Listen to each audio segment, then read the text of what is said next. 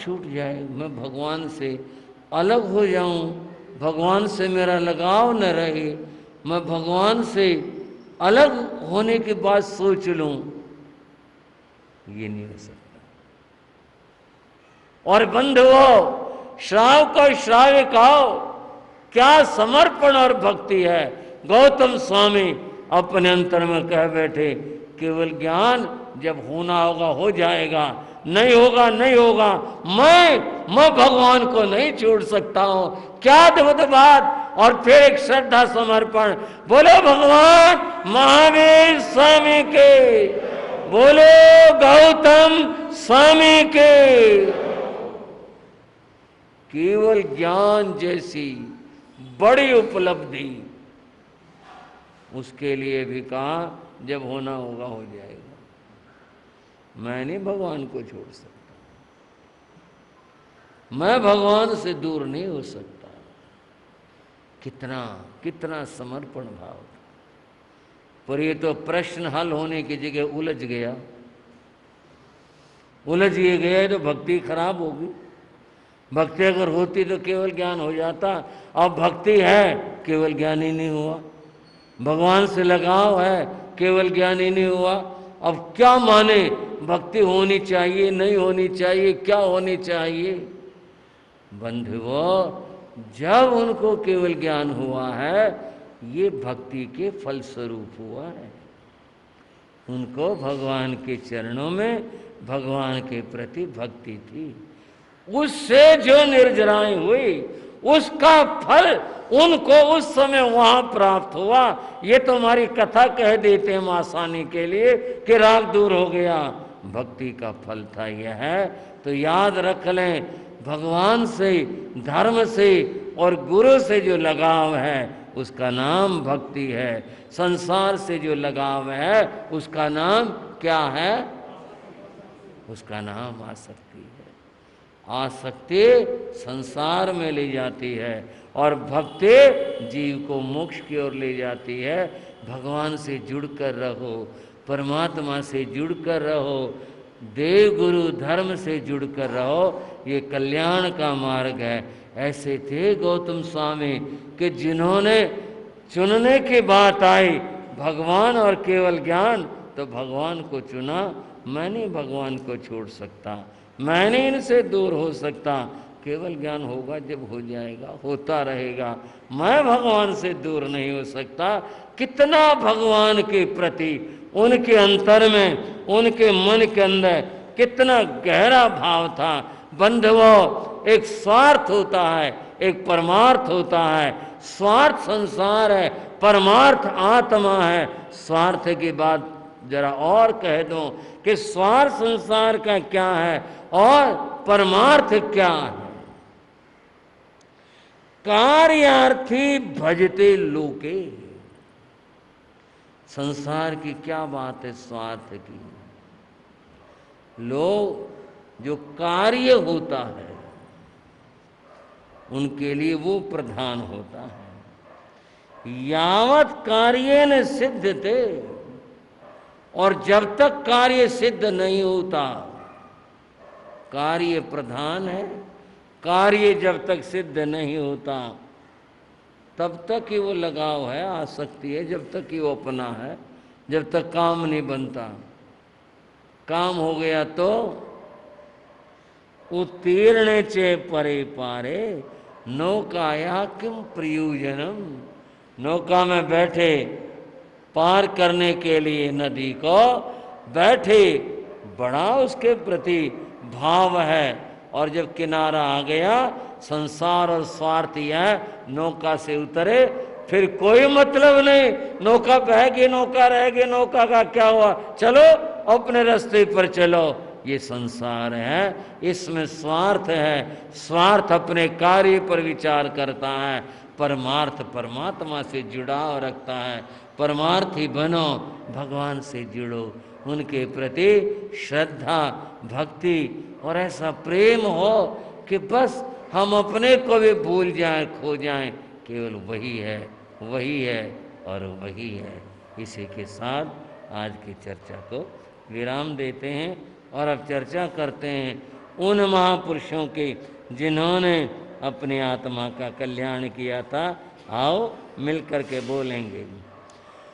जिन शासन गौरव गाते हैं, जिन शासन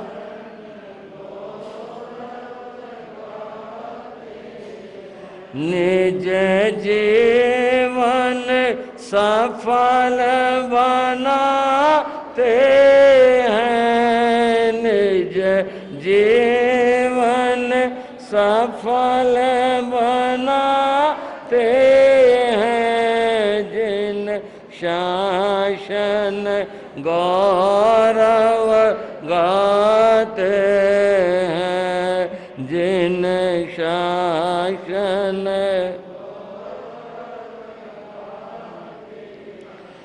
श्रुत सागर पारिण यशोभद्र, श्रुत सागर पारिण यशोभद्र, युग प्रधानाचार्य यशोभद्र, युग प्रधानाचार्य यशोभद्र,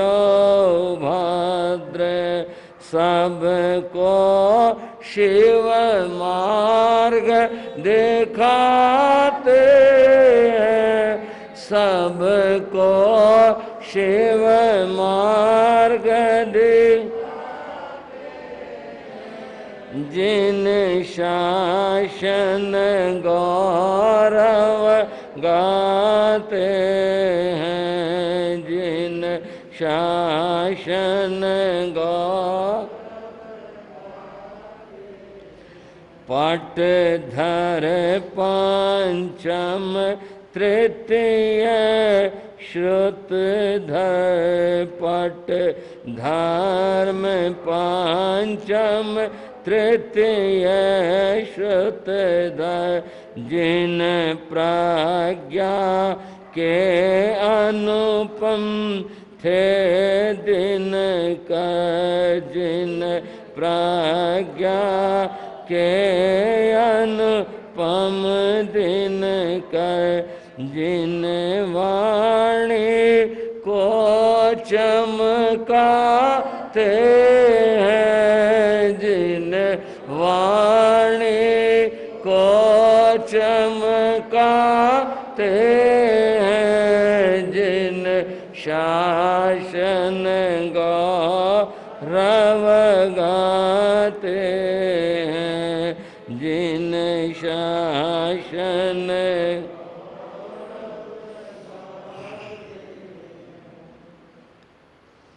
बंधु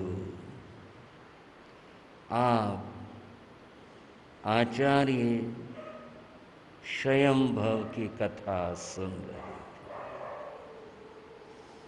क्या अद्भुत और विलक्षण त्याग था, कैसा वैराग्य था, किस तरह घर परिवार को छोड़कर आए थे और फिर कैसे सुत को बोध दिया और कैसे मोहजयी होकर रहे। 6 महीने का काल कम तो नहीं होता, एहसास भी नहीं होने दिया कि ये मेरा बेटा है। कैसी विलक्षणता उनके त्याग और वैराग की थी। इन्होंने आचार्य स्वयंभव ने बहुत कार्य किया जिन शासन की गरिमा को बढ़ाने में। एक बार चले हुए जा रहे थे, सामने से एक व्यक्ति आ रहा था। देखा, ज्ञान के तो पुंज थे, विद्वान है, देखते ही लगा विद्वान आदमी है। ऐसा विद्वान अगर यह है जिन धर्म से जुड़े तो प्रभाव न करेगा। उन्होंने आचार्य स्वयंभव ने उस व्यक्ति को रास्ते में रोक लिया। उस व्यक्ति को बड़ा अभिमान था, मुझको रोकने वाला, मुझसे बात करने वाला कौन है? यह है वो धुरंधर विद्वान था। उसने तो संस्कृत भाषा में गर्जना की। जब वो गर्जना कर रहे थे, स्वयंभव तो 14 पूर्वधर थे। उनके लिए ये भाषा की बातें ये तो बड़ी छोटी थी।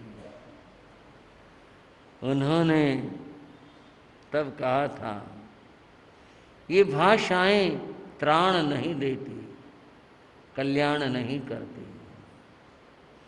ये जो और विद्याएं हैं, इनसे जीव के पापों का प्रक्षालन नहीं होता, तो और किससे होता है? उन्होंने कहा आचरण से होता है।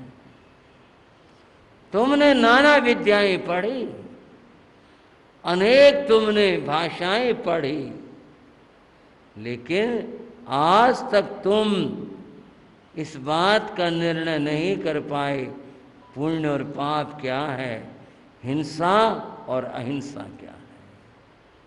बोला मैं जानता हूं। वे बोले अगर तुम जानते हो तो क्या तुमने हिंसा का मार्ग छोड़ दिया? पूरी तरह से उसे मौन होना पड़ा, चुप होना पड़ा।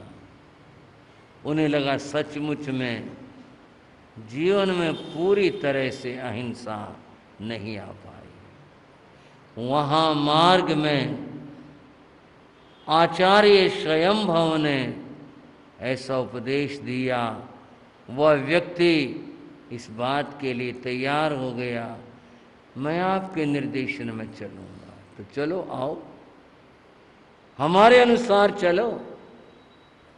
उनका नाम यशोभद्र था। क्या नाम था? यशोभद्र ने आचार्य स्वयंभव के चरणों में दीक्षा ले ली और उस समय उनकी उम्र कुल 22 वर्ष की थी। इतनी ही। अब इससे आप छोटी कह लो, इससे आप परिपक्व कह लो, कुछ कह लो। और ये तुंगियान गोत्र के ब्राह्मण थे यशोभद्र, और तब दीक्षा लेकर के गुरु निर्देशन में इन्होंने आगमों का अध्ययन किया। और बंधुओं, जैसे 14 पूर्व का जिक्र चलता आ रहा है, ये यशोभद्र भी 14 पूर्व के ज्ञाता बने। इतने बड़े ज्ञानी महान विद्वान ये बने। समय आया, आचार्य स्वयंभव जीवन यात्रा पूरी कर जाते हैं। तब संघ ने यशोभद्र को आचार्य पद के ऊपर प्रतिष्ठित किया। और ये जिन शासन के 5वें पट्टधर कहलाए और तृतीय श्रुतधर कहलाए, इस पद के ऊपर ये प्रतिष्ठित हुए। इनके जीवन की जो घटनाएं हैं, वो 2 घटनाएं प्रधान हैं। एक तो यशोभद्र ने भारत भूमि का भ्रमण बहुत किया। इस भ्रमण में उन्होंने जैन धर्म की प्रभावना की। और इसके साथ दूसरी घटना यह है कि इन्होंने संभूत विजय नाम के एक महान विद्वान को अपना शिष्य बनाया। अब ये बात कुछ ऐसी हुई भी पहली बात तो पूरी नहीं हुई, नहीं, उनके साथ ये जुड़ी हुई बात है। संभूत विजय जैन इतिहास के अंदर एक ऐसा अद्भुत नाम है जिसकी चर्चा आप सुनोगे तो पता चलेगा इतनी बड़ी देन यशोभद्र की थी कि इन्होंने संभूत विजय को अपना शिष्य बनाया। और ये बात अभी अपूर्ण है। एक नाम ऐसा जिसको आप जानते भी हैं, जानने का अर्थ जिस नाम से परिचित हैं और आप लिया करते हैं, और वो नाम है भद्रबाहु स्वामी का। भद्रबाहु को भी यशोभद्र ने उपदेश दिया था और उनको अपना शिष्य बनाया था।